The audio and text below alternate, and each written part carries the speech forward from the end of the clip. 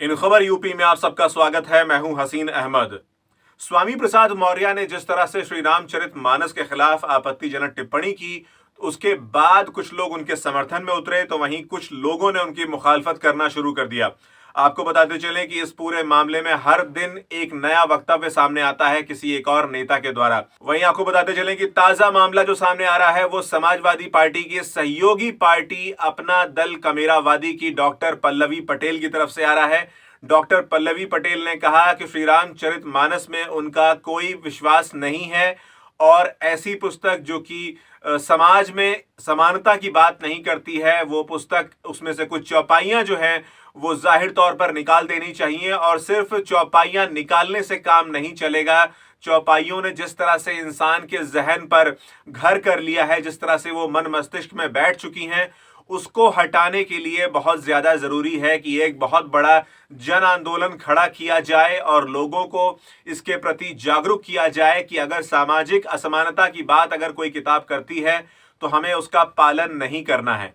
वहीं इसके साथ ही साथ उन्होंने स्वामी प्रसाद मौर्य को भी आड़े हाथों लिया और साफ तौर पर कहा कि जिस तरह से अखिलेश यादव के कुर्सी से उतरने के बाद, हम बात कर रहे हैं उनके मुख्यमंत्री रहते हुए उत्तर प्रदेश के, जब उन्होंने कुर्सी छोड़ी और उनकी सरकार गिरी और उसके बाद उत्तर प्रदेश में योगी आदित्यनाथ ने अपनी सरकार बनाई तो उस कुर्सी को धुला गया, ऐसा बताया जाता है, ऐसी जानकारी है। उस आधार पर जिस तरह से डॉक्टर पल्लवी पटेल ने अपनी बात रखी कि अगर कुर्सी धुली गई थी, अगर कुर्सी गंदी हो गई थी अखिलेश यादव के बैठने से और उसको धुला गया, तो ऐसी सूरत में स्वामी प्रसाद मौर्य जो कि उस वक्त बाकायदा भारतीय जनता पार्टी के साथ थे, तो उन्होंने इस बात की मुखालफत क्यों नहीं की, उन्होंने इस बात का विरोध क्यों नहीं किया?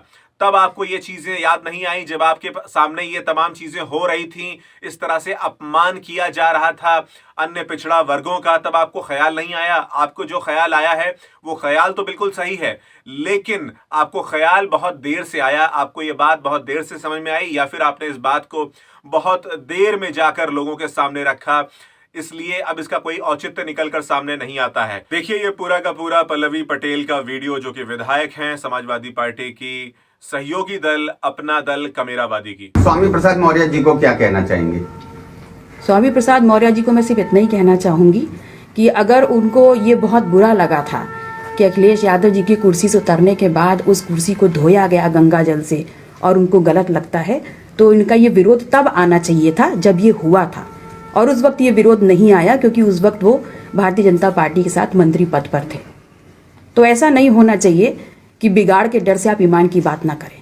अगर आपको गलत लगा था तो उसी वक्त आपको विरोध जताते हुए वहां से हट जाना चाहिए था। तो वो ऐसी पार्टी में नहीं होना चाहिए जहां पे एक दलित बेटी को बेदर्दी से स्टेट गेस्ट हाउस कांड हुआ था, सपा के लोगों के ऊपर आरोप था, उसी पार्टी में है। आपका क्या नजरिया इस पे?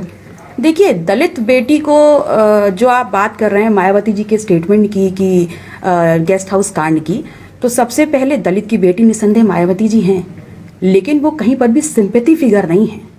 वो इस देश की बहुत बड़ी नेता हैं और अपने आप में लोगों की आइडल हैं। तो जिस कांड की वो बात कर रही हैं और जिसमें वो लोगों को गलत मानती हैं, जिन भी लोगों को, तथाकथित लोगों को, उसके बाद वो भारतीय जनता पार्टी के साथ सरकार में आई, तो उन्होंने उन लोगों पर कार्रवाई क्यों नहीं करी? सिंपैथी फिगर बनने से कुछ नहीं होगा। तो सपा के साथ भी इलेक्शन लड़ा था? बिल्कुल लड़ा था, बिल्कुल लड़ा था। लेकिन अगर आपको लगता है कि वो पार्टी गलत थी, तो उस कांड के तुरंत बाद आप भारतीय जनता पार्टी से सरकार में आई थी, तो आपने कार्रवाई क्यों नहीं करी? ऐसी तमाम जानकारियों के लिए बने रहिए इन खबर यूपी के साथ।